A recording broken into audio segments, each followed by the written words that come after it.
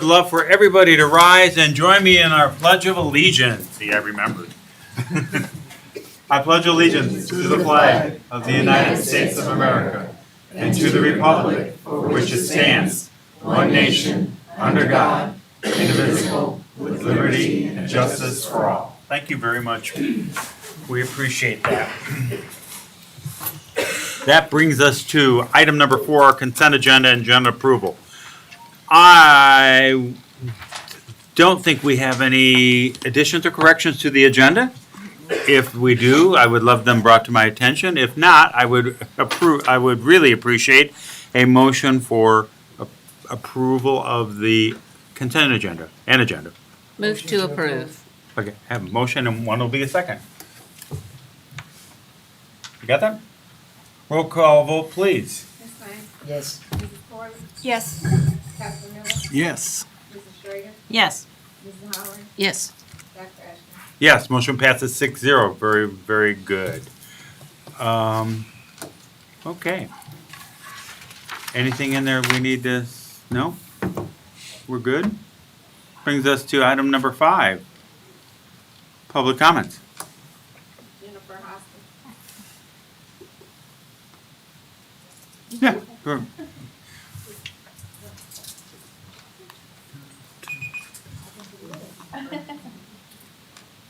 Hi, I'm Jennifer Hoskins, and I am a school bus driver for District 118. My concern has been the heat and how it is affecting our drivers. Not only is it affecting our students, I've had to be off this week. That is something else. That's my own problem. But nobody understands. I know everybody's like, oh, the kids need to toughen up, the drivers need to toughen up, and that. Till you drive one of our buses or ride on one of our buses, you have no idea what it's like to be in a tuna can.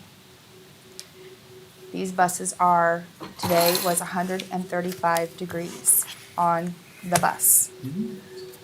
My sub driver, and then my monitor was on today, and they let me know every day how my kids do and everything. I have an hour and a half long route. I drive for Northeast. My children, not only that is the bus hot, I get all the heat from the engine, so I am extremely hot. The back of the bus is hot when you get all those bodies.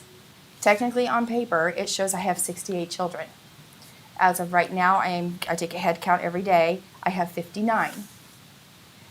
You get all those little bodies and all that heat, I've got 3 to a seat until I start dropping off kids. It is extremely hot. They're sweating. Yes, they have water. The water gets warm very quickly. The children are very hot. By the time I drop my last student off, he gets off the bus completely drenched all the way from head to toe on the back. Today, my first grader passed out on the bus. When he was brought to, he vomited on the bus from the heat. He's only 40 minutes into the bus ride. I'm sure his mother was not pleased when she received her child. Something has to be done. I know air-conditioned buses are very expensive, but we're in the Midwest. I understand how the heat goes. We have thicker blood around here. That's all there is to it. I'm sorry. We don't thin out as easy as they do down south. They're used to that. We just are not. We thin out to a certain point, and then we're done. Humidity around here is corn and bean humidity. It's a different humidity. I'm sorry. It just is. Until somebody is willing to step up and ride the buses with us and find out what we do on a daily, you have no clue. And it's not worth us. We're dropping like flies. And it's not worth it. If I was a parent, I've raised mine, thank heavens. I wouldn't do it. I'd take them back and forth. I would miss work myself. I'm missing work now for no pay because due to my health, I cannot be on the bus. I don't even leave the house. This is the first time I've left the house since Monday. And now I'm having to take FMLA and not get paid and miss work due to the fact of the heat, which is, I know it's Mother Nature. It's nobody else's fault. And it's not my fault that I have a health condition. But we've got to do something better. We've got to figure out something else. If you can do remote learning for super cold days, y'all can figure out something for the heat. Please, just stop and think. Think of the kids, which us bus drivers do. And I understand there's some mess ups on the routing and everything else. That's another situation, but right now, please, we do care for our kids. And that's my very big concern. We'll get it figured out. But please also listen to us bus drivers. All we do is get put down constantly how bad we are. We're not bad. We take care of our kids. Our route sheets are a mess. We try to fix them. Nobody's listening to us but bashing us. Come to us. Talk to us. See what we need. You guys are talking over us. You're not talking to us. Thank you for the opportunity. I appreciate it. Mr. Crockett. I thought you were gonna make the announcement. I thought you were told you were going to make So it. obviously you haven't gotten the phone blast. We close school tomorrow. Okay, thank you. Good evening, board members, Dr. Gaddis. I'm Charles Prophet, principal at Southwest Elementary School. And first, I just would like to give you a calendar from our school, just to thank you for what you do. And then I also wanted to thank board members, Pastor Miller and Elder Parks, who came out to our school before the students arrived and led the staff in a prayer walk around the building. The staff were very appreciative and thankful for that. We would ask that you continue to covet us in your prayers. We've had a couple of rough weeks. We've had a staff member who lost her father last week, and on her 13-hour drive back to Danville, got a call and lost her stepfather. Most recently, we've had a TA who lost her husband. So with that, I want to thank our K-4 staff who've been awesome in helping getting things going this year. But our pre-K staff, this morning when I met with them and gave them the news, within minutes, they were, I will take this, I will cover this, and in minutes, everything was covered. It was just wonderful. And so I wanted to share that with you. And I also wanted to give a shout out to Dr. Brown, who has our school store open now. And we have two beautiful little fourth graders that are operating that store for us. And so I wanted to give a shout out to those two students, Arian Earls and Samantha Reeves. They're both from Miss Caney's room. And I think what was the most precious about it is the second graders that went to buy a pencil. They weren't happy about the pencil. They were just excited they got change back. They were so excited. So I just wanted to share that with you, and thank you for your time. I like that. Thank you. Thank you for the calendar. Carolyn Burke, sorry.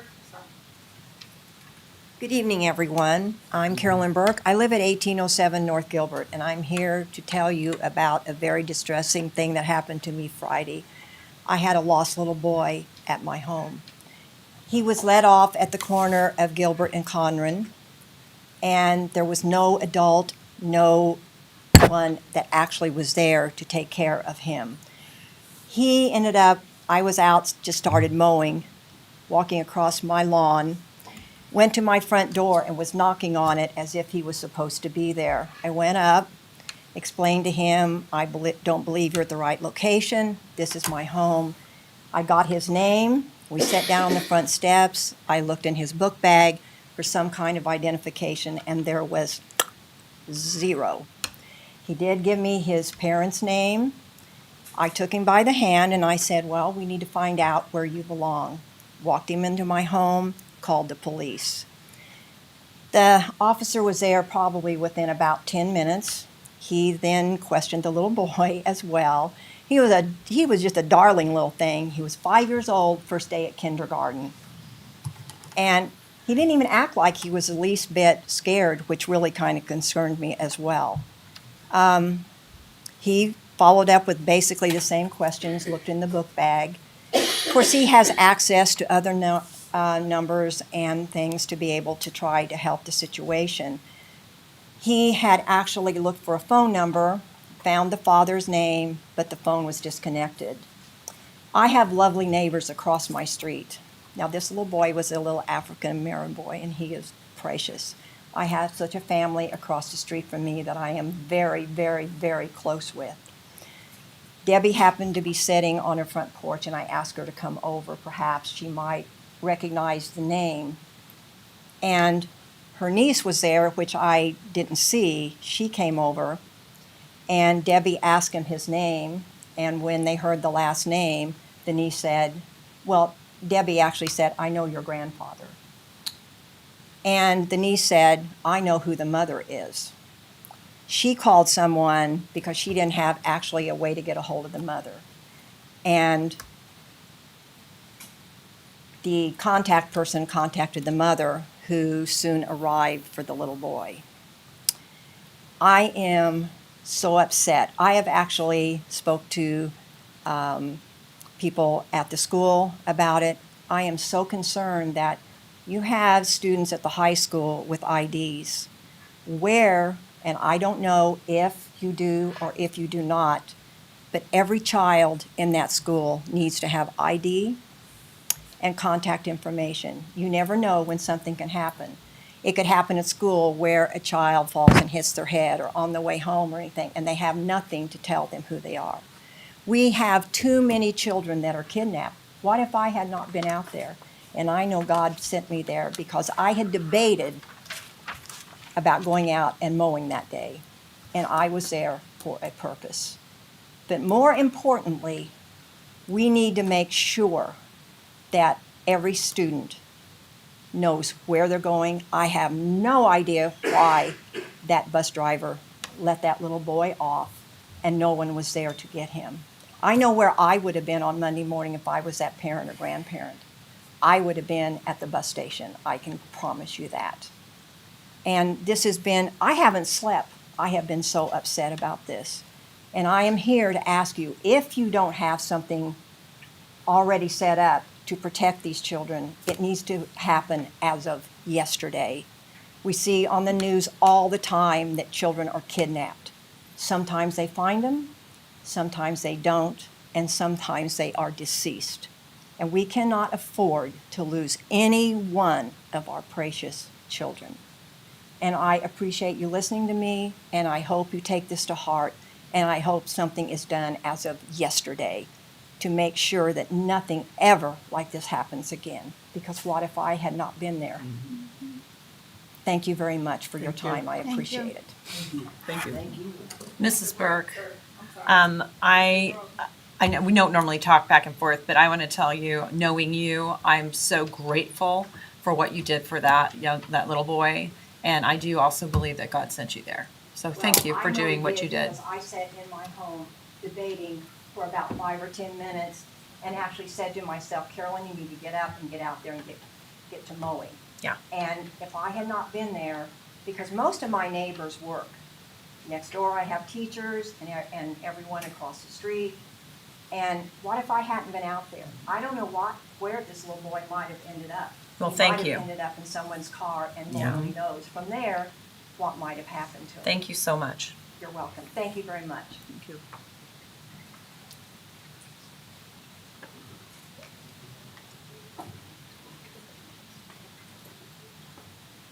Good evening, board. Good evening, everyone. Dr. Geddes. My name is Justin Thorlton. I'm the principal at Northeast Elementary Magnet School. We're a K-6 building. I'm starting my 5th year at Northeast.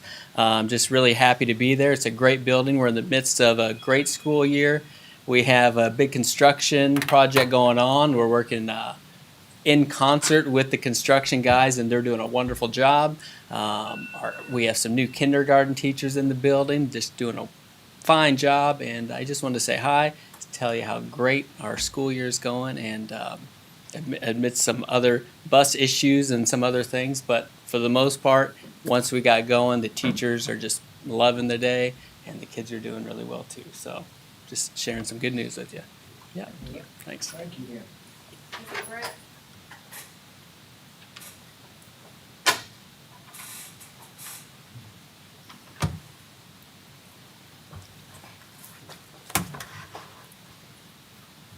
Good evening, Dr. Geddes, Board of Education. I'm Mr. Brett's principal at the high school, just here to celebrate some more students. We had 2 of our fall sports teams. That's probably the call from the district in my pocket right now. Kick off their competition season last week. So our golf team, we have Kale Osborne, Colin Lomax, Cameron Fearborn, Nolan Spangler, Brody Boyd, Jordy Martinez, Jaden Strack, Ethan Fox, Ian Hernley, Gavin Favre, and Paige Norton. Brody Boyd is a freshman, has been in the top 4 of every match this year so far. And Nolan Spangler, congratulations, shot a personal best for 9 holes at Brook Hills Golf Course in Rantoul this last week with a 51.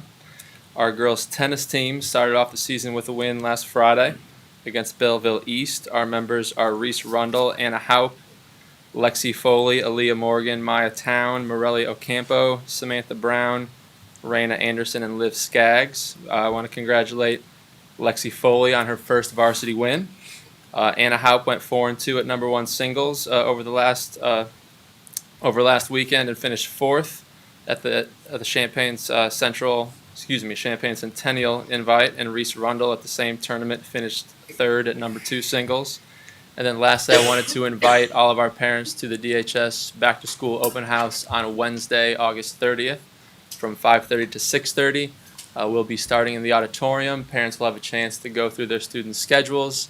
Mr. Ryapel and the National Honor Society will have kids there to give guided tours if anybody would like that. And we're offering free admission to the boys' soccer game that night at 4:30 and the girls' volleyball game that night at 6 o'clock as well. So we hope to see the parents out at Danville High School next Wednesday. Thank you.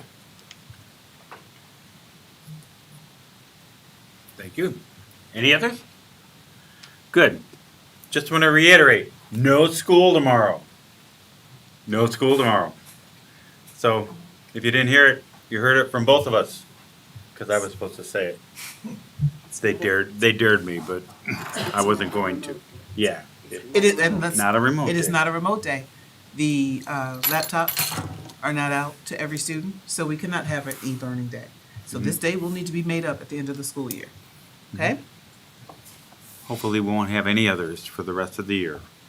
We'll see. All right, item number 6, summer enrichment report. That's everyone getting their phone blast now. Yeah. Good evening, Board of Education and Dr. Geddes. I'm Kelly Truex, Director of Educational Support Programs. Tonight I have Sade Pascal, our Community Engagement Specialist. I have Adam Owens with us tonight, and they are going to discuss, Brian Klett was going to be here, but he is with his family. He is needed with his family right now, so Adam Owens is here. And they're going to talk to you about some of the summer enrichment opportunities that we offered this year, how many participated, and how much fun they all had. So I'm just going to let them take it away. Sure. Go ahead and find out, Caitlin.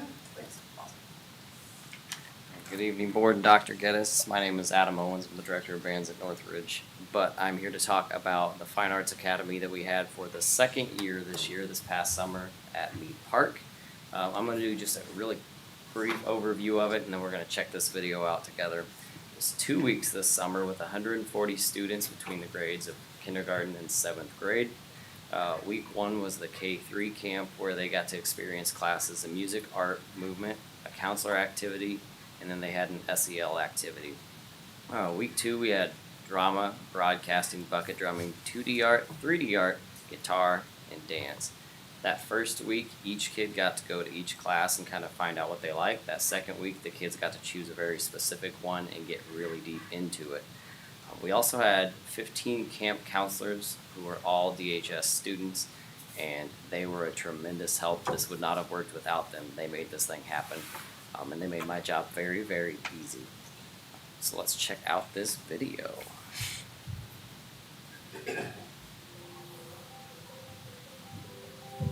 Hi, my name is Brian Klett, and I'm one of the directors of the camp. My name is Adam Owens. I'm the Assistant Director at Fine Arts Academy. My name is Janelle Biggs, and my role here with the Academy is the office, attendance and transportation.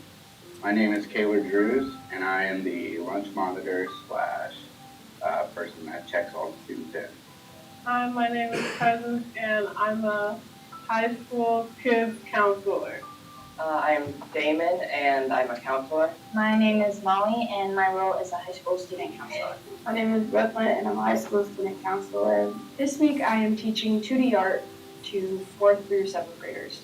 This week, I'm teaching 3D art. My name is Mr. Hubbard, and I am teaching broadcasting. I teach bucket drumming. I am teaching theater, drama / improv at Fine Arts Academy. Hi, my name is Chris Taylor, and I'm teaching a beginning guitar class. I teach dance at the Fine Arts Academy, and my favorite part about teaching dance is seeing the kids get to express themselves and something that they really love to do. My favorite part is getting to work with kids that share my joy of acting.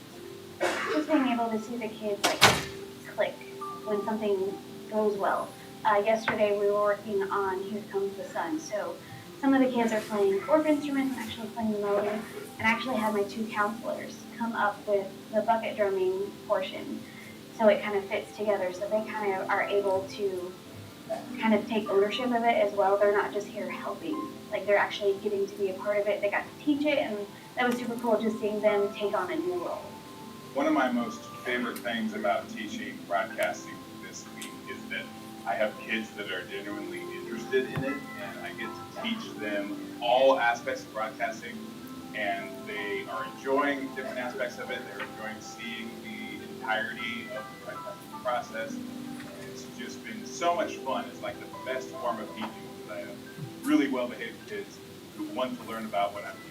I've met new students, and none of which had ever even held a guitar prior to Monday, and after 3 days, they've already picked it up. They've learned a lot about the instrument. They can play songs, they're working together, they're cooperating, and I think they're having a good time. I think my favorite part is that I am a high school teacher, so I don't typically get to teach the younger kids. And here at the camp, I get to do some projects that I probably wouldn't do as a high school teacher. So I really like being able to do something different than what I do throughout the school year.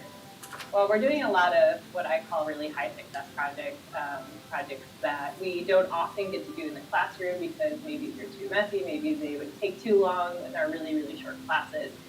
But with a 3-hour chunk of time, we're able to accomplish so many things in the week that we have with our kids. So it's really like the week that we have in the Fine Arts Camp is equivalent to like a month at school. Just watching the kids smile and have fun. It's great to see them flourish over the summer and make new friends, see old friends, and learn new skills. I really like seeing all these kids just get so many different kinds of opportunities that they wouldn't be able to find anywhere else throughout the school year. Seeing all of the creativity that the students are showing. Seeing the students, all their talent they have, all the art projects, listening to them perform, it's just been great to see them.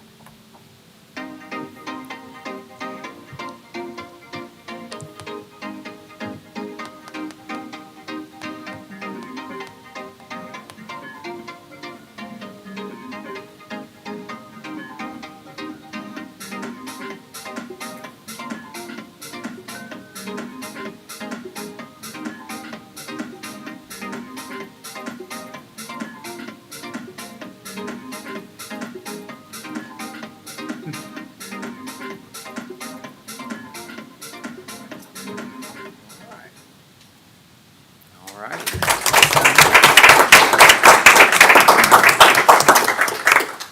And video credit to Mr. Hubbard. He made the video this year.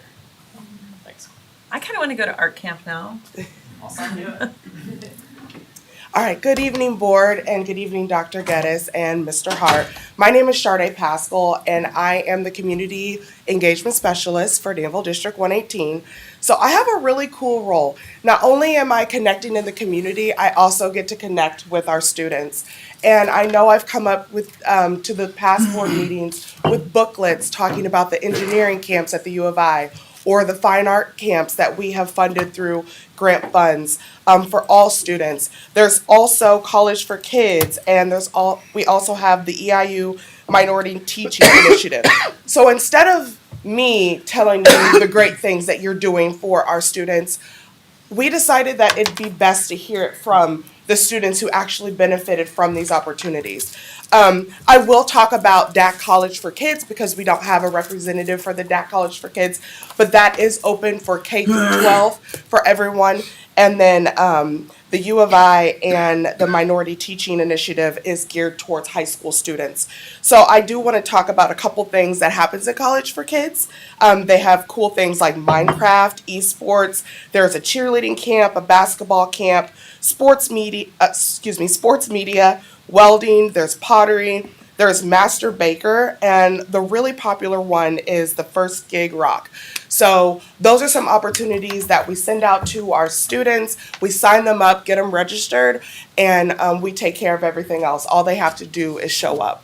So that's a really cool opportunity. I want to start with our first, which is Fabian Sanchez, and he had the opportunity and was selected to go to the U of I engineering camp. This is a camp where everyone can apply, but they only select a small group of people. And someone from Danville District 118, out of all the applicants, made it. And so I think it's a cool experience, and I would love for each of them to kind of explain what camp they went to and the experience they had. Thank you.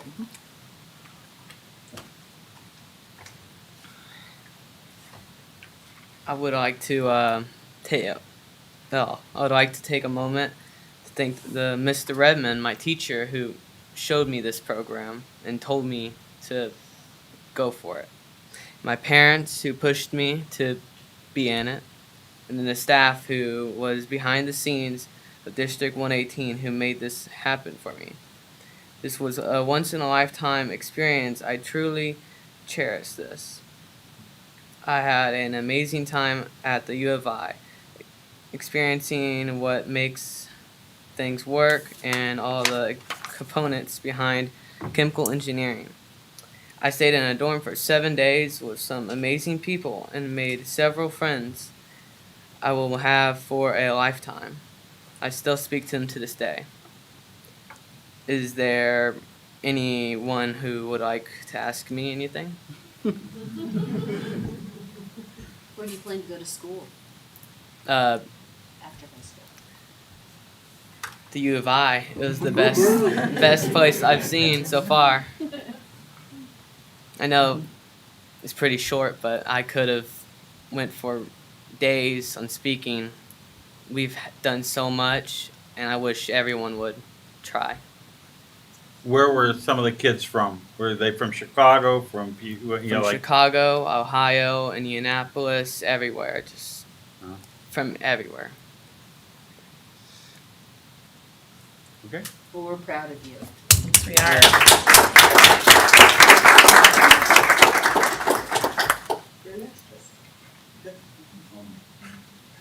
Hi everyone, I'm Tristan Populus, and I'm a student at DHS, obviously.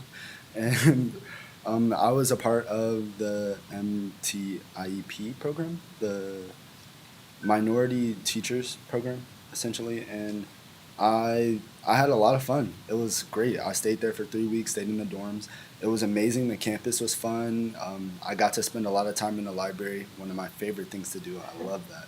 It's just absolutely amazing. It's a beautiful campus. I got to meet lots of people, and I've got to experience a lot of different cultures. I experienced a little bit of the Hispanic culture with some of the students and the student teachers there. I got to experience some Nigerian culture, which their food, oh my God. Lord. Anyway, it was just a very great experience. I did practicum at a elementary school, and it was very cool. It was over the summer school kids, and it was just a great opportunity. And if you have any children or any teenagers willing to go for it, please, I urge you, please tell them to do it, just do it. Thank you. What school did you go to? What school? What school? Eastern? Like the Eastern. elementary school? Eastern. Oh, Eastern, yeah, I went to, yeah. Okay.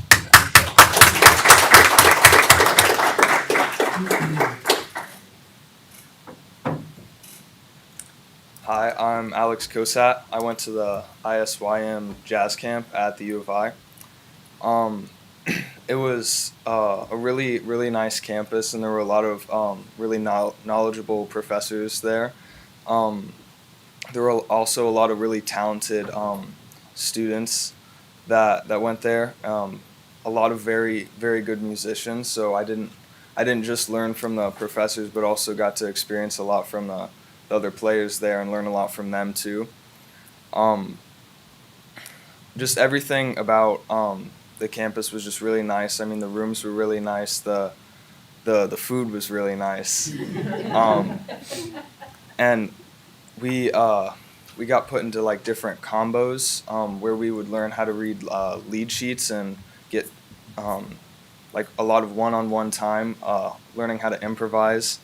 We learned about a lot of different common jazz chord progressions, like the 2-5-1, using the Dorian, Mixolydian, and major modes specifically. Doc Ashton knows what I'm talking about. Among a lot of other things that we learned, it was just a really nice experience. And just in that 1 week, I feel like I've grown a lot as a jazz musician.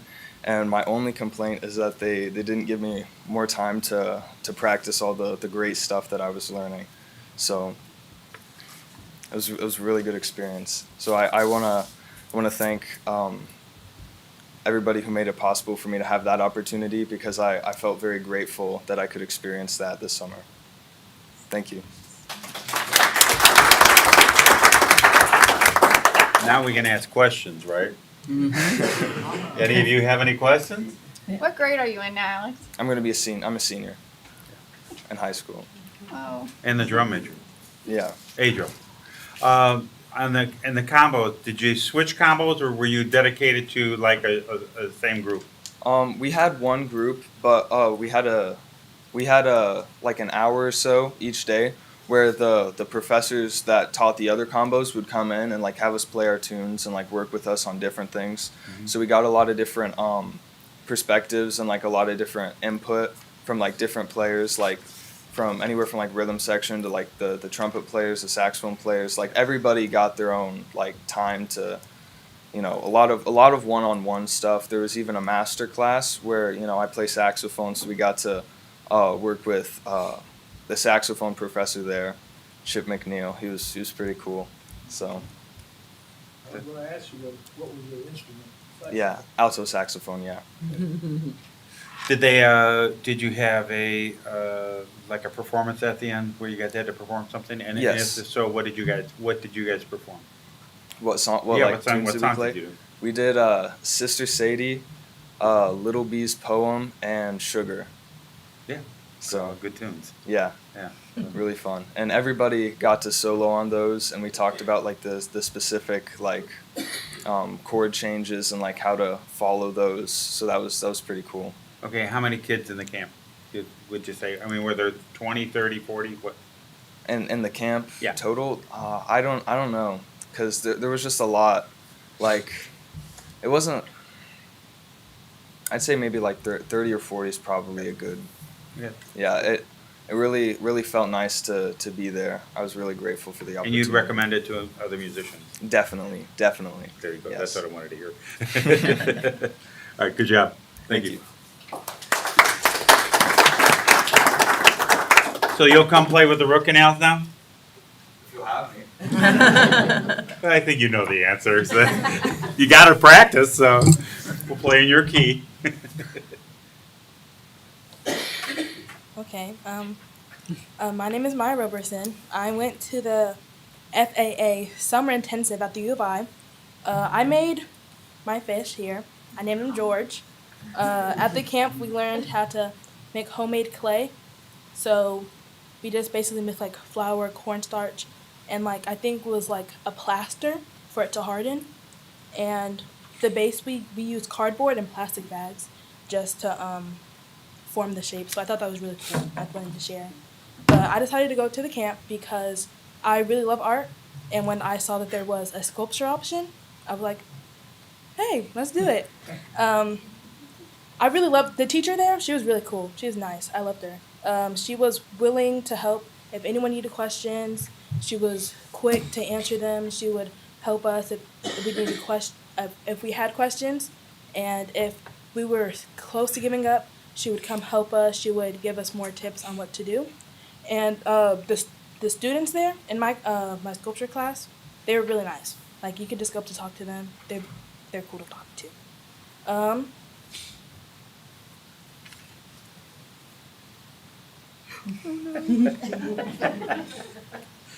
Like, Oh, at the end of the day, we had activities. So instead of just staying in our dorms all day, they would give us time to walk around. They would give us food, obviously. The food is really good. And we went shopping around Green Street, and we got to play sand volleyball one of the days. And there was another day we had movie night on like grassy area. I thought it was really cool. But I think it was a really good opportunity for the kids, for just kids in general, to get out of the house, to do something fun instead of just staying at home all day. So I thank the school board. I thank you guys for giving us the opportunity to being able to do it. And I greatly encourage students to take a week out of their summer to enjoy the art camp as much as I did.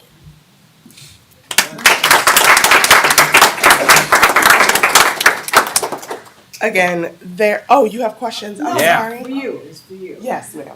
How do the students, how were they made aware of the opportunity to get involved with some of these programs? So basically, it started with me sitting in the lunchrooms in Danville High School and having like different little things that they can come up so they feel comfortable talking to me. Me going around and talking to them. I know with engineering, I partnered with Mr. Redman and a couple of the other teachers just because they have that one-on-one with the students. So that was my way in with the engineering camp. Now, each of these camps, it wasn't just these students that went. There were multiple District 1-8 students that went. These were the ones that I called to come and speak today. And then for the Fine Arts Camp, I got Mr. Klett to come and help out. And with the ISYM, he helped select some students. And I think he talked to you, Alex, and there was a couple other students that he had a relationship with. So it was basically me reaching out to my resources and then sitting in the lunchrooms. We also pass out The booklet. the booklets. We have an engineering booklet that I make. Yes. It has all of the different things they can choose from. We also have the fine arts booklet. And then what the difference is with the minority teaching initiative is I got a hold of, I bugged Mr. Bretz and Ms. Cherry at the time for students and counselors as well to see if I could find students who were interested in going in the teaching field. And that was my way to connect with those students. Theirs is a little different because it's only for 11th graders, but then our U of I camps, these are for incoming sophomores, juniors, and seniors. So they have like a wider range. So there's something for everyone that we provide. And these are mailed to every parent Yes. of a sophomore. They're mailed to sophomore, incoming sophomore, junior, seniors, and then Charday goes into classrooms and lunchrooms and tries to recruit. We've done this for 3 years now, Dr. Gaddis, 4 years. And each year it grows a little bit more. Of course, COVID was hard because that was virtual. So Yeah. we're regrowing after COVID, but Charday does a lot of work with getting this organized because she works with the parents. She's the contact for them over the summer with the 3-week program. And so I do really appreciate her taking care of these summer opportunities because more and more kids are taking advantage of it all the time. Back in the spring, you provided copies of that Yes. brochure to the Yes. board. Okay, so we had a chance to see. We bring it every year, and I wish more kids would take advantage. I know they're busy in the summer, some have jobs and there's sports and things, but everybody that goes loves it, and it's just a neat experience to have a college campus experience. So, Ms. Pascal, how many students did we have this year? So for the minority teaching initiative, we had 5 students that went. And for the engineering, like I said, we had multiple applicants, but only 1 student got accepted through the U of I. That was on their part, not necessarily ours, because of course we'd send them all. And then for the fine arts camp, we had 6 students go, and then the music camp, we had 4. DAC was. Oh, and DAC, sorry, thank you. College for Kids, we had at least 25 to 30 students that we registered to go. With these students, did you have any issues for how they conducted themselves? No. So I know for the minority teaching at Eastern, I was their one-on-one contact. We had lots of talks. Dr. Geddes had lots of talks with them as well on how to conduct themselves, and we talked with parents. So there was a standard of code of conduct that they knew going into these things. There was nothing to guess. They knew exactly what the expectations were as they were going into these programs. I was just glad that they had the opportunities, and I was also hoping that they really seen the value of it and they would focus on why they were there. And it's Yeah. great to hear.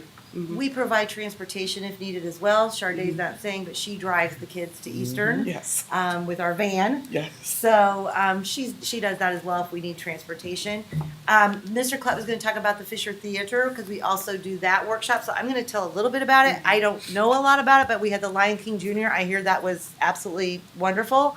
And we had a lot of District 1-8 kids, teen kids participate in that. So we also pay for that event and some workshops like over the summer through Fisher Theater as well. So all those things are ESSER or Title IV paid for, and we will continue to offer those things as long as we can. So thank you. Thank You know, the ISYM has been around since like I was in middle school at Northridge. But there's an expense then, and the parents paid it. The families had to pay it. So these camps are actually expensive, About and $1,000. our families don't pay a dime. It's paid for. You know, our district picks that up because we really want the enrichment opportunities for our students in our district. So when Ms. Pascal and when Ms. Kelly, I just lost your last name. True That's end. embarrassing. I'm sad but when they say we want kids to apply, Yes, we we want- really want kids to apply. And you know, we're so proud of you, all of you, all four of you, and the other kids too. Thank you for camp is- representing us well. Each camp is around $800 to $1,000. So Yeah. that's a nice scholarship. Yes. Not DAC, of course, but you know, the U of I, the Eastern program, things like that. So. Okay, thank you, but you didn't let us ask any questions. Oh, And I have a sorry. question for you. Okay. Okay, could you stand back up, please? Mm-hmm. You don't have to go up there, you don't have to go up there. Where's your piece of artwork? Hold it up so I can see it. Yeah, hold it like this. No, the other way. Yeah, I'm looking at it, not you. Thank you. I've been trying to see this ever since you did it. How long did it take you to do this? I think it was like 3.5 days. Okay, because it looks complex. It doesn't look like something I'd sit down and do like in 15 minutes. So that looks really cool. It does. So if you could do that with that, just imagine if we gave you a 50-foot block of granite. Well, maybe next year for a camp. Okay, we'll just see what. But thank you. That's what I wanted to see. So thank you for humoring me there. Thank you guys. That was awesome. Very, very good. We expect to see 1,000 people in camp next year. And you're right. You send them out very early. We get those pamphlets and they have plenty of time to take a look at it. Okay. That brings us, that was just one item, now to 7. Wait, we had a mistake. There was one person who wanted to speak during public comments and we missed her. Oh, I'm sorry. Could I go back, please? sir? I will grant that Thank wish. you, sir. Hello, my name is Trina Billups, and if there's anyone in here that recognizes me, you know how adamant I am about the nutritional value of the meals that are being served to our children at the schools. I come today as a parent to see if there's any kind of formality that parents can take part in that may help implement a new school lunch program into our school district, such as like a petition or if that's even a thing. And that's what I'd like to know. So, say, what is it? I'm sorry. I'd like to know if is there any kind of formality that parents can take part in to help, push the envelope of implementing a new school lunch program into our school system? So we don't have this long conversation. Why don't you give me your information? I know you worked with Ms. Zetta because don't you do healthy meal prep? Yes, ma'am, I do. Okay. And because we've used your service in our schools a Yes, few times. ma'am, you right? have. And so you know that they're guided by the National School Lunch Program guidelines and kind of dictated to Yes, us, ma'am, right? I do. Okay. So why don't you leave your information? Oh, actually, we have it. And we'll give you a call so that we can, because we have a wellness committee and we send out information about that. We had a couple of parent forums. I know she just ran a couple where she did tastings in every building. And so we want to see what we need to do to make sure you have that information. All right, I would appreciate that. You have what you need? Mhm. All right, thank you much. Mhm. Thank you. And I hate to just skip out, but I'm always Thank you.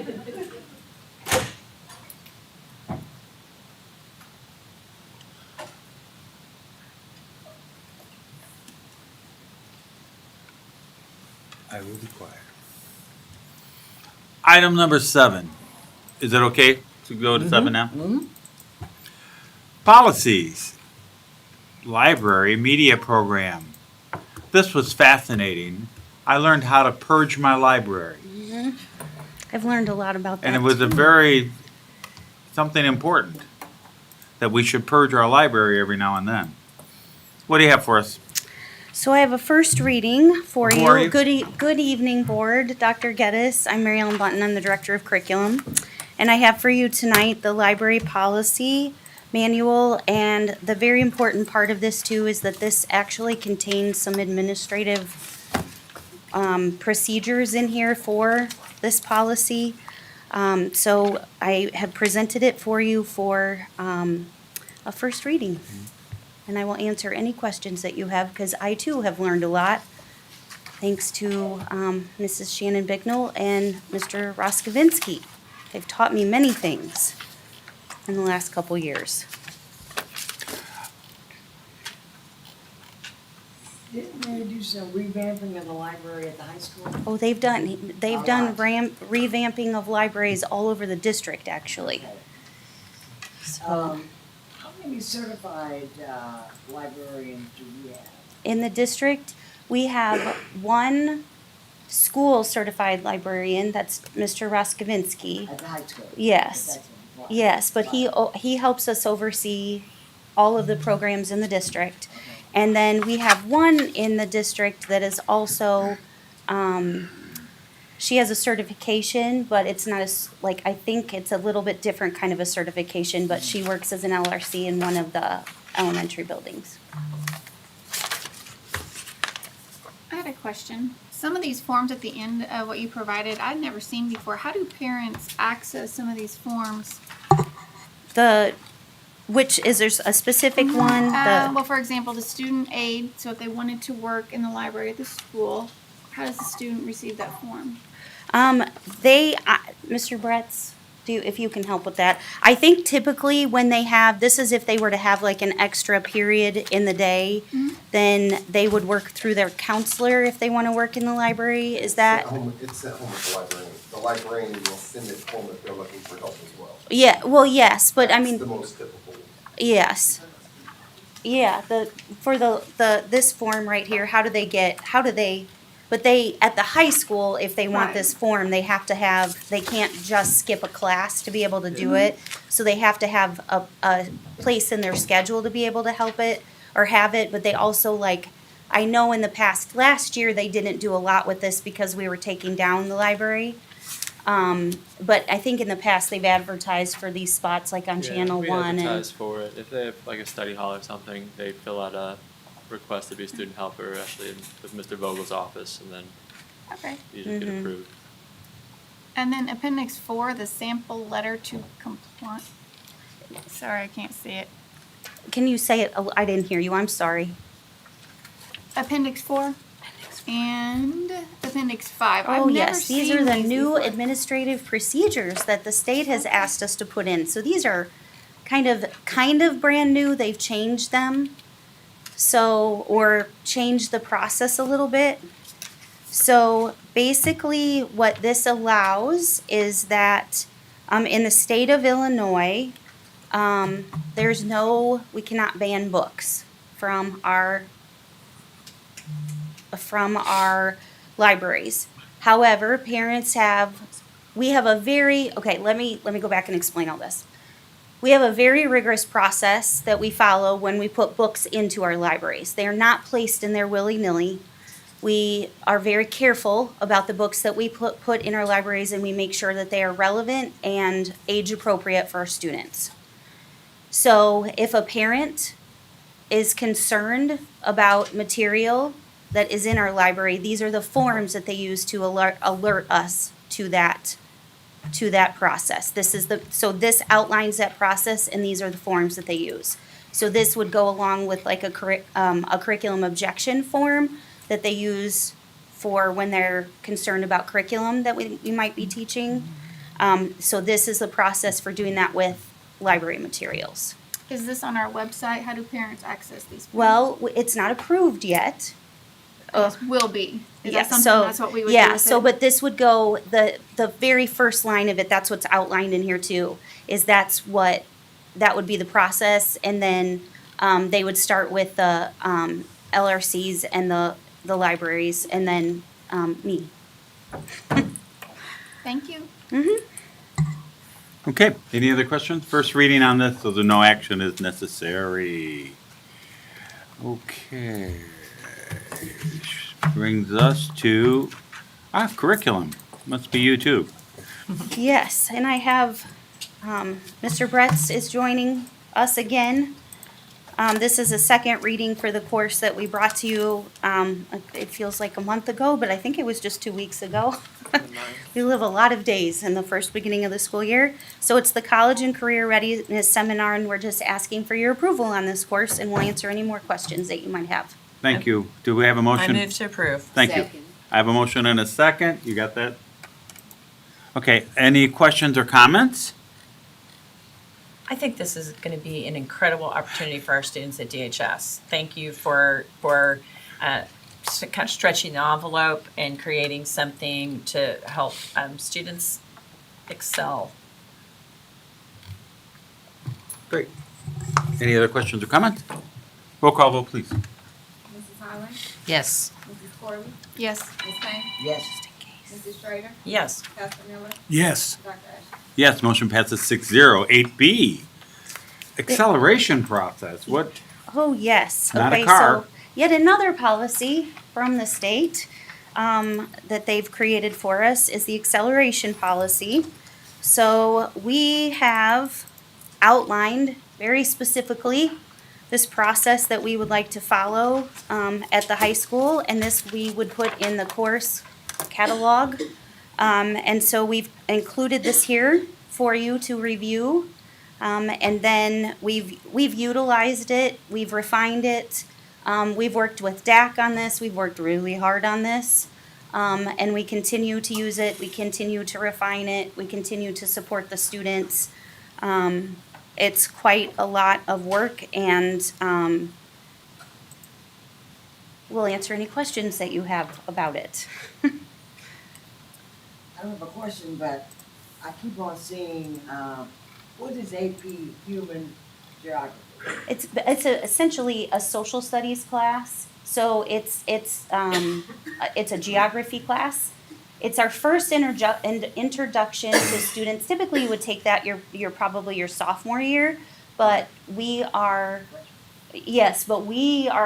our acceleration plan, is that it would be a first introduction to a really rigorous class. So we would accelerate students into it at the freshman level. So if they're successful at that with our support, with our teachers, then we know that they're probably ready for the next step. And so that's how we've kind of created this. So our kids are, when we're accelerating them to these courses and then eventually to the dual enrollment experience, that we're providing them the support and guidance from our teachers first and our environment first, and then they can grow and learn in the best possible way, and have, experience some success and growing pains with our support. I have heard that the class is really difficult. The human geography class, oh yes. Yeah, and so I wonder whether freshmen will be prepared enough academically and even emotionally mature enough to take this class. And that's the acceleration is not for everyone. And that's why this is a good place to start. AP does feel like this is an appropriate one to try with freshmen, and the folks that we have tackling this are great folks to help expose the kids. But that's why we have a team of people that work to determine when it is appropriate to accelerate a student. And it's not just something that can be done for everyone. And the student really, at that time, the student really needs to be a part of that conversation and understand what they're getting themselves into, and that it is okay if you don't get an A or a B, that this is really about the experience and understanding what it's like to take a difficult class and persist through it. But that's why we want it in our environment with our students. And the kids that are really kind of diving in and trying to do a lot of dual enrollment classes are really finding it's a lot more difficult than they anticipated. So this is a good first step for them. Two things. I think that your more advanced students academically probably won't be too happy settling for a C and D in the class. No, and I don't. Yeah. And we wouldn't be happy with that either. And that's why I didn't say a C or D. It's like they may not get an A or A. a B, which leaves. Well, but Yeah. that's not a bad thing. Getting a not always having straight A's or not having, that's not a reflection on them as a person. That working hard and persisting through something and taking a freshman AP class as a freshman, when a college looks at that and they see that you've been successful, you can still get a B or a C and be very successful, be considered successful if you've done that as a freshman. Are you gonna revisit this at the end of the year? Are these kids gonna be taking the AP test? Yes. They will. So you'll revisit this at the end of the year to see how well our kids do. And they certainly have the choice to do this, and they can take it at the sophomore level. But this is how. I mean, the two ways that they can be accelerated at the freshman level is honors classes, or AP Human Geography. But they don't have to take it. This is certainly a family choice. But this is what we're offering. We are not offering dual enrollment to freshmen. The other thing to your point, Ms. Halloran, is that was one of the reasons why we went back, or actually I don't know if we went back to it, but that we implemented the weighted grading system too. So say that applies to dual enrollment in AP classes. So say I'm maybe used to getting all A's and I get a B, I'm still getting on the weighted scale of an A weight towards my GPA. If I get a C, I'm getting the B weight towards my GPA, so that is to entice kids who might be used to getting all A's and might struggle if they, mentally and emotionally, if they don't get that. That's part of the support plan for them as well. That's why we have that. Thank you. Do you find that the number of students in the human geography as freshmen, were they in the gifted program in middle school or in Abbott, or is just have a round robin of kids? This is new. I don't know that we. They're gonna be the kids that are traditionally in the honors classes coming out of Northridge, yes. Mm-hmm. But I don't know that, like, we can certainly, we're gonna need to start probably kind of tracking that data too. And yes, Good question. like the Avid, Right. yeah, that is exactly where you would want that support to come from in that situation. I just have a question. As far as college acceptance, and you may not be the right people to ask, college acceptances, scholarships, military academy acceptance, and maybe things have shifted. It used to be being the valedictorian, the salutatorian. Those were things, it was almost required to get really high level scholarships. And so, and maybe that's not the same as it used to be, I don't know. But if that is the case, and we've got kids that are, that's part of their life goal, and they even know that as they're coming into high school, are they being advised that, a B or a C in this freshman AP class might be expected? And it's okay if it is, but as long as these kids know that the normal, they may end up losing a scholarship because they did this thing at 14 years old that is a great builder of their soul and their mind, but there are kids that really want to go after that letter grade, and I think that might have been in part what maybe what Ms. Haller was getting to. They're competitive in that regard, and I just want to make sure that we are not they're going into this class with their eyes open. And that's certainly, so I can only speak as a parent, and I know the boys, my boys are, Joey is in his first 3 days at the University of Kentucky. And Andy went through, like, he just graduated from Maryville and is now in his graduate program. And neither one of them were asked if they were valedictorian or they were asked for their GPA. They both got scholarships based on their grade point average, and it was a sliding scale, and all of the schools that they looked at seemed to be similar. That's my experience. I'm speaking as a parent. So I think that the best advice we could ever give to families is that they consider the schools that they might look at and research those schools to see what those schools are looking at. But of course that we would want to give that advice but I think the other thing that we always want to tell our kids is that grades don't define you, because they put so much, the kids do enough of that on their own, but that persistence and working hard and trying something is okay too. But that's why this is an acceleration process and not intended for everyone. Gotcha.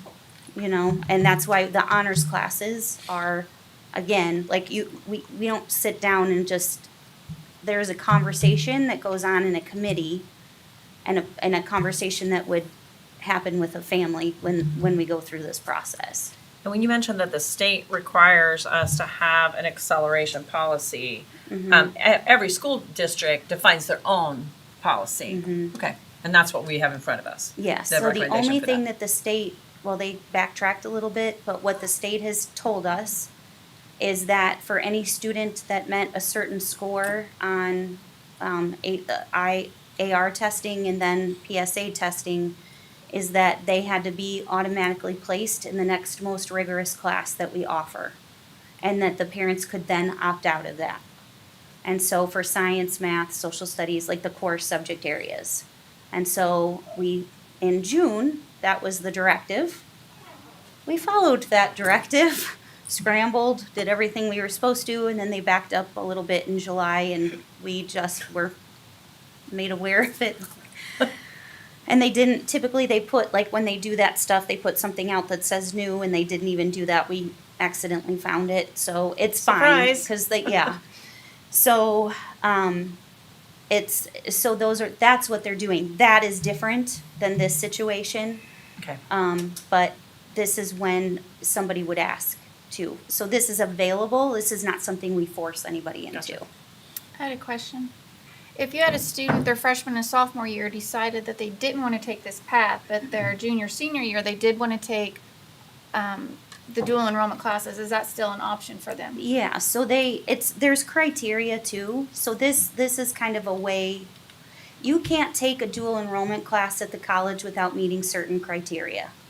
And so, or the AP classes, there's certain things that need to be, not necessarily criteria for the AP classes, but dual enrollment, the college has very explicit ways that you have to get into those classes. The placement tests? At least. Yeah.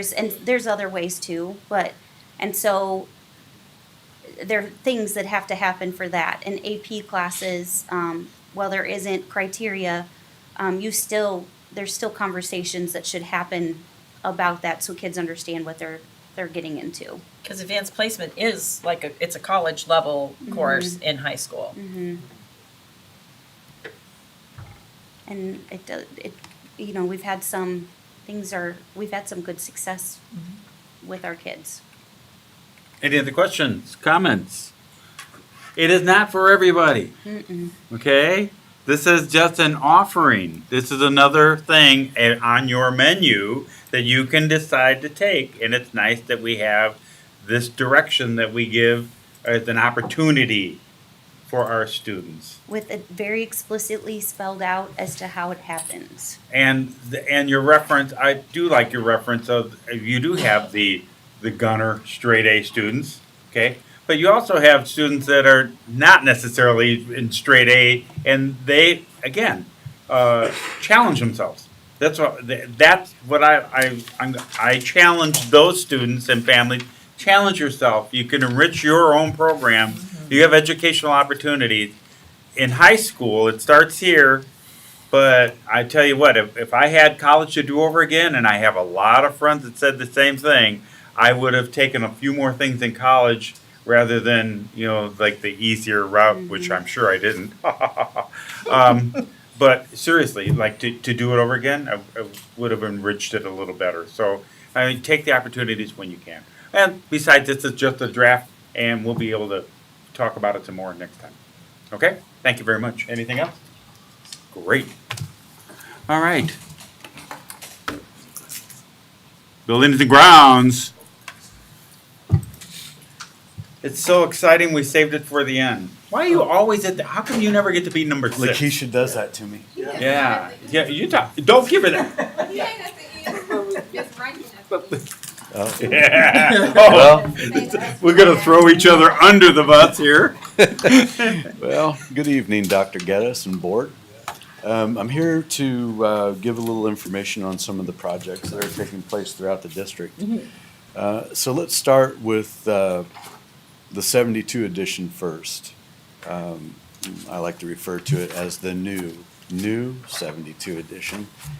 It's around 90% complete. We still have some stuff to finish up there, little odds and ends that we have to complete. We did have our first punch list last week, so those items will be taken care of, and then we'll probably have a second punch list after that, and then we should be on our way. If you've not been up there, if you haven't looked at it, we're hoping to have some type of open house after Labor Day for that particular wing of the high school. I know I spoke with Mr. Bretz and Mary Ellen Button about it, so we'll figure something out for the public and have something then. As far as Southview, we had that project started a year ago, or over a year ago, and it's just about totally complete. We had to wait on a lot of equipment to come in, and we're currently still dealing with that with Northridge, Mark Denman, and actually some of the other areas.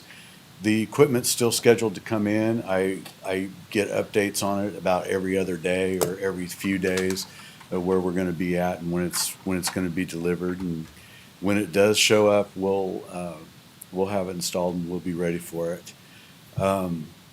For now, we have some temporary units, window air units in some of the offices, and temporary units in cafetorium, places like that in a couple of the buildings. But Northeast is the next school. It's actually coming along really well.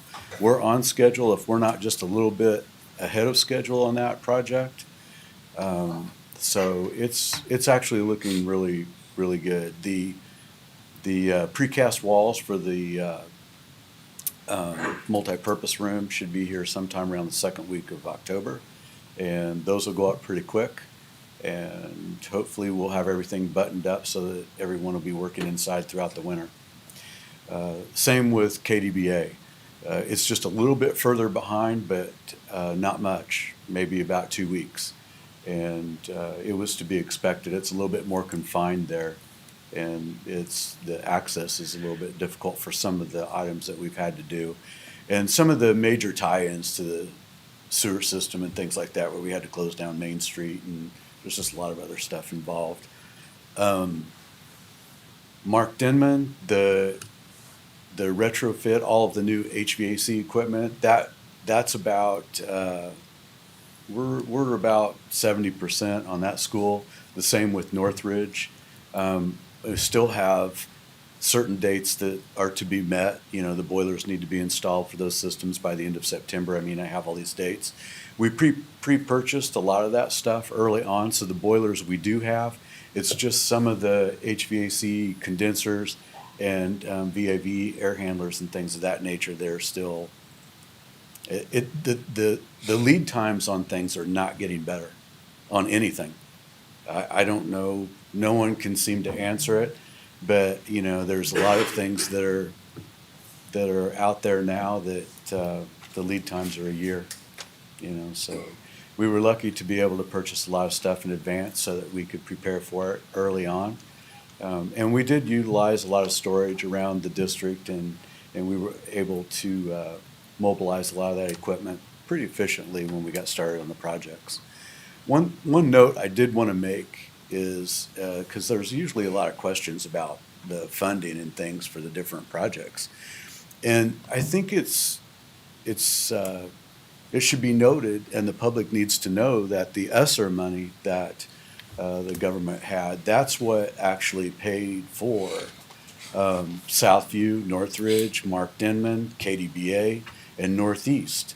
And in doing that, that has helped the district in being able to allocate other funding for, let's say, the 72 edition and other things that are taking place. And we still have a long way to go as far as other things that are coming up in the next few years, and we're excited about that as well. I'll really be glad to button some of this stuff up. We have a lot of things happening right now, but I think we're getting there.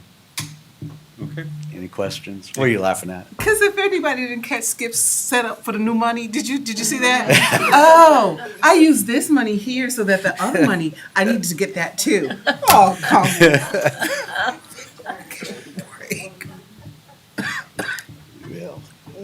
So we'll beat winter, and so it could be indoor work and Yeah. okay. Yeah. Some things are complete. If you go into KDBA, you'll see that there's new lighting. It's been painted. The inside of the building's changed, and we've already sectioned off areas, and, we're getting ready to. Most of the footings were poured today. We'll pour some more footings tomorrow, and then we'll be ready to start setting the walls. The bricklayers are really kicking it at Northeast. I mean, they're doing a fantastic job over there. So yeah, we're all just keep pushing on. Okay. I just have a comment. I got a tour from a great tour guide of the new 72 edition. And it was so impressive. I can tell you, it was so impressive. State-of-the-art classrooms, state-of-the-art science rooms, biology labs, and I was so proud of what our school is and what it has to offer. So kudos to you, because that is a great project. And the library, oh my gosh. Media center, yeah, it's pretty nice. Yeah. It was air conditioned. Yeah, it's all air conditioned. It was very cool in the library. Yeah, our schools are air conditioned. Any further questions? No, not for me. We agree? Thank you. Thanks. Okay.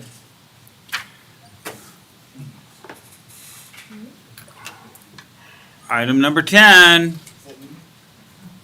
You're not food service. Oh, but you are tonight. Yes. Good evening, board.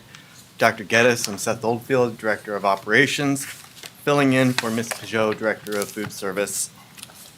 Ms. Peugeot recommends that the board accept and approve the collective bargaining agreement between the district and the International Union of Operating Engineers Local 399 for a period that covers July 1st, 2023 until June 30th, 2026.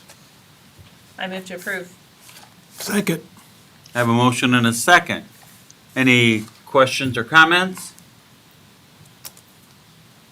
Great. 3-year contract, right? I'm sorry? 3-year contract. 3-year contract. And a win for all sides. We'll thank you after we approve it. Roll call vote, please. Oh, the vote is on the agreement with the food service contract with Local 399. Thank you. Mrs. Corbin? Yes. Mrs. Schrader? Yes. Pastor Miller? Yes. Mrs. Holland? Yes. Ms. Kane? Yes. Dr. Ashton? Yes, motion passes 6-0. Thank you. Thank you for all your work. We appreciate it. Don't you wish everything was that easy? Yeah. See how that's done? Business and finance. Let's see how you do. Good evening, Board. Dr. Geddes, D118 family. I am Narcissus Rankin, Director of Business and Finance. And this evening, I come with a recommendation for commercial property and liability insurance. I am recommending that we renew the commercial property and liability insurance with Liberty Mutual for a total of $340,576, which is an increase of $30,513 from last year. This increase is due to continued increases in building replacement costs. There continues to be a rapid increase in building values and construction costs nationwide. And with all the updates that we're doing, we want to make sure that the district is adequately covered. We continue to have a good working relationship with Liberty Mutual, and it is my recommendation that we renew the commercial property and liability insurance with Liberty Mutual Insurance for the 2023-2024 fiscal year. So moved. Second. I have motion and a second. Any questions or comments? Yes, I do. The 9.7% increase, when you budget this, do you budget for an increase then? Yeah, I always wondered this, that, I do budget for or something, right? Yes, absolutely. Okay. But if it's a crazy increase, then we just have to go amend budget, or And how do we then do have some that? contingency Yeah, set okay. aside. There's something somewhere. That Skip doesn't get. Oh, he doesn't even know it exists until right now. He's coming for us, look at him. He's got to go through us. Okay, any other questions or comments? If not, we're voting on the approval of commercial liability with Liberty Mutual for $340,576. Yes, sir. Roll call vote, please. Mr. Schrader? Yes. Ms. Payne? Yes. Mrs. Howard? Yes. Dr. Miller? Yes. Mrs. Corley? Yes. Dr. Ashton? Yes. Motion passes 6-0. Thank you. See, I think it's faster than Seth. Yeah. See how she did that? Let's see, that brings us to informational and how about, and superintendent, and I know you're not gonna say much. Nope, because Mr. Hart's gonna do it for me. Thank you, Mr. Hart. I am. So, first of all, welcome back to the staff, and for those that got a break, and for those who didn't get a break, thank you for all you did to get prepared for this school year. It's been a good start. Definitely have our ups and downs, but been a good start to the school year. Wanted to share the great news about the music department, instrumental music. I learned this actually this week. So the music department anticipated a 10% increase in the number of students participating, and they actually had a 40% increase in the number of students participating in instrumental music. That's good. Which means Mary Ellen and I will be figuring out how we're gonna budget more money for more instruments, but good problem to have, right? I like it. Yeah, for sure.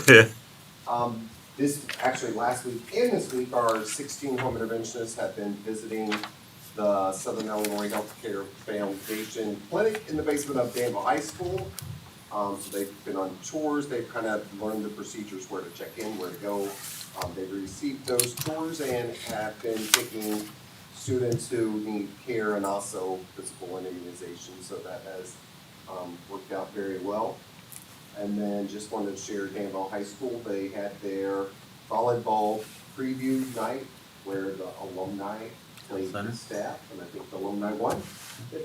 And then freshman JV played the varsity, so they had a great turnout, great night for everyone. And I was gonna share the number of students enrolled, but I can't because Dr. Geddes has it. I sent it to her in a text and I don't see my paper anywhere. Oh, I do. We have 4,223 students who have completed the enrollment for our 8-day enrollment, and we expect the rest of them to come soon after. Tomorrow, day 9. They'll all be Labor Day. registered by tomorrow.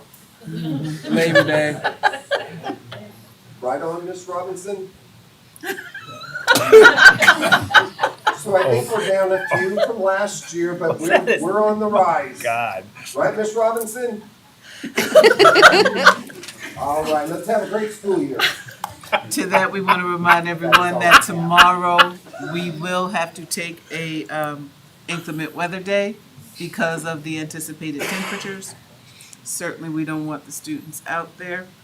And it is expected to be the hottest part of the day as we would be dismissing, which would be problematic. Yeah. So we are going to take an inclement weather day. It will not be a remote learning day. We will have to make this up at the end of the school year. That's it. Right to left. I want to thank all the students that came tonight to speak. That was great. Enjoyed hearing all that. I want to let the parents know we do hear you. We do hear the problems. We understand the busing issues. We hear you. And we do care. Some of us have children on those buses too, so it does hit personal for us. But I want you to know we care. I don't ever want you to think this board does not care about the children in this district, because we do. Thank you. I wanted to thank Ms. Hoskins for coming and for sharing your perspectives from the perspectives of the drivers. It was illuminating, and I'm grateful to have heard it. I also want to thank the members of the bus company that are here, and they're here every board meeting. I thank you for your partnership. I thank you for, I know that you are diligently trying to fix these things. I encourage you to continue to diligently try to fix these things, and I appreciate the fact that you have communicated with us about that. Mr. Prophet and Mr. Thornton and Mr. Bretz, thank you for coming and sharing about what's going on in your school. Really appreciate that. Love to hear about the kids, and thank you for the fine arts information. That was great. Mr. X, I apologize for forgetting your last name. That was really embarrassing. And we have a great year, and we're very, very proud of our staff and what we're doing.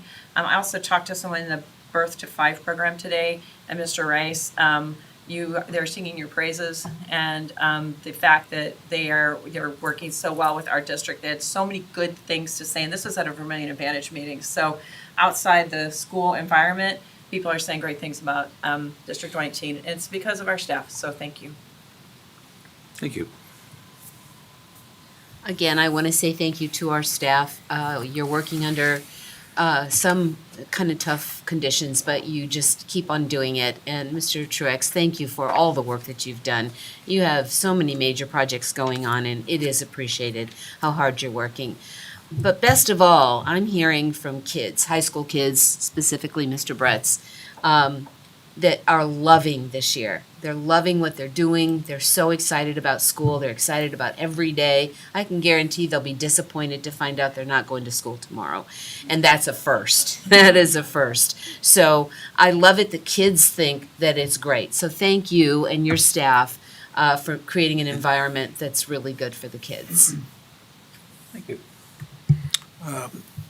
Was really glad to hear the presentation from our young people that went off to the summer school programs, and how that, they're going to be even more in a position to pick the careers that they have already had a little taste of through this program. And you could tell by their presentations that they were very excited. So I just want to thank everybody, Dr. Geddes and all the rest that have worked to position them and get them ready. And we will continue to, support all of those programs. Again, to Mrs. Hoskins, again, we absolutely, want the best for the drivers. We want the best for our students. And so I'm glad that tomorrow you won't have to think about, our children in the sense of them possibly being in that kind of heat. And so grateful that we're going to be able to do that for everybody involved, and we will continue to work hard. Thank all the staff already on board, working hard for all of our students, and we appreciate you so much. Thank you. First of all, I want to thank Ms. Hoskins for coming. Being an old retired teacher, I did ride buses back in the olden days, and I certainly understand the misery of riding in the buses without air in this terrible weather. I would like to thank Mrs. Beck, who the parent, the lady that found the young man, the student. Yes. Carolyn Burke, that's her name. Carolyn Burke. Okay. There should be some kind of way that we can come up with an ID for every student, particularly those who ride the bus, and have it somewhere place where the child can't lose it. Because, a horrifying thought that something else could have happened to that young man. I am next week, I'm not going this week because it's too hot. I'm going to visit Danville High School. I want to see the new library, and I want to see everything that's going on, so I'll be looking for a tour guide. Okay? I believe that's it. Thank you very much. Great. Thank everybody for coming this evening. Thank Mr. Owens for filling in for Mr. Klatt. Appreciate that. Yes, I'm very excited to see a jazz musician that you put a seed in that young man that you will see in 20 years what he will turn out to be. I will vouch for that. I think that's how that starts. And it's something that and it could be the engineer and it could be the artist.